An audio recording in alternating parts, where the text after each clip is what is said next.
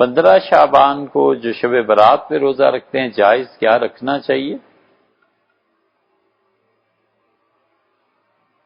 کتنے روزے شریعت میں؟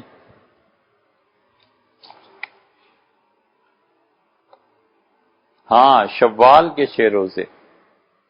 حضور اقدس صلی اللہ علیہ وسلم جن روزوں کی تلقین فرماتے تھے کہ ہر مہینے 3 روزے رکھو، چاند کی 13، 14 اور 15 کو، تو 33 روزے تو سال کے یہی ہو گئے۔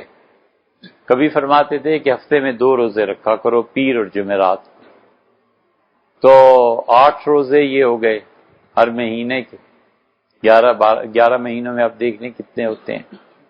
پھر رسول اللہ صلی اللہ علیہ وسلم تلقین فرماتے تھے محرم کا روزہ رکھنے کی، 10 محرم کو تلقین فرماتے تھے اس 15 شعبان کے روزے کی۔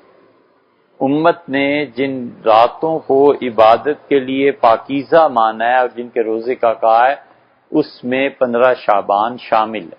پچھلے کئی 100 سال سے ہر کوئی یہی لکھتا ہے۔ اب یہ نئی تحقیق اب لوگوں کو سوجی ہے کہ نہ 15 شعبان کا کوئی روزہ ہے اور نہ رات پاک ہے۔ یہ جو تمہارے سارے لکھتے رہے یہ گمراہ تھے، انہوں نے کچھ نہیں پڑھا تھا ایسی۔ یہ سب اپنے اسلاف پہ اعتماد اٹھانے کی بات، اور تھوڑے کام دنیا میں رہ گئے ہیں جو یہ ایک کرنا ضروری ہے کہ جن چیزوں پہ امت متفق چلی آئی کرتی رہی، اس میں اب رکھنے ڈالو۔ یاد رکھو فتنوں کے زمانے میں اجتہاد کرنا یہ خود ایک فتنہ ہے۔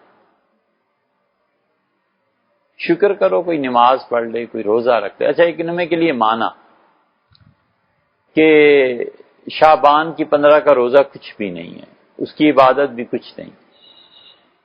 لوگ پہلے ہی خدا کی یاد اور عبادت میں بہت بہت کمی کرتے ہیں، تو اس کو جو ایک رات بیچارے نے کچھ مانگنا ہے اس سے بھی روک دینا ہے۔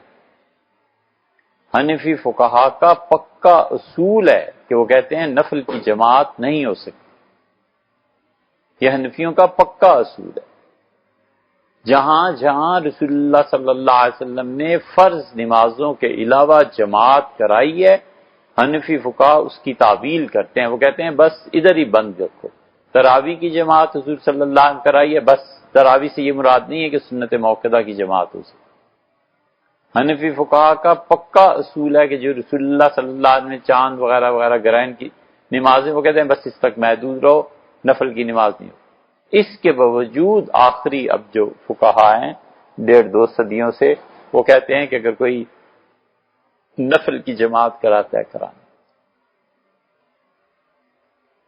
کوئی نماز پڑھنے، وہ کہتے ہیں پہلے ہی لوگ نماز نہیں پڑھتے، ان کو اور روکو گے، کوئی 2-4 نفل کسی طرح اللہ کی یاد کرتا ہے کرنے دو، مت روکو۔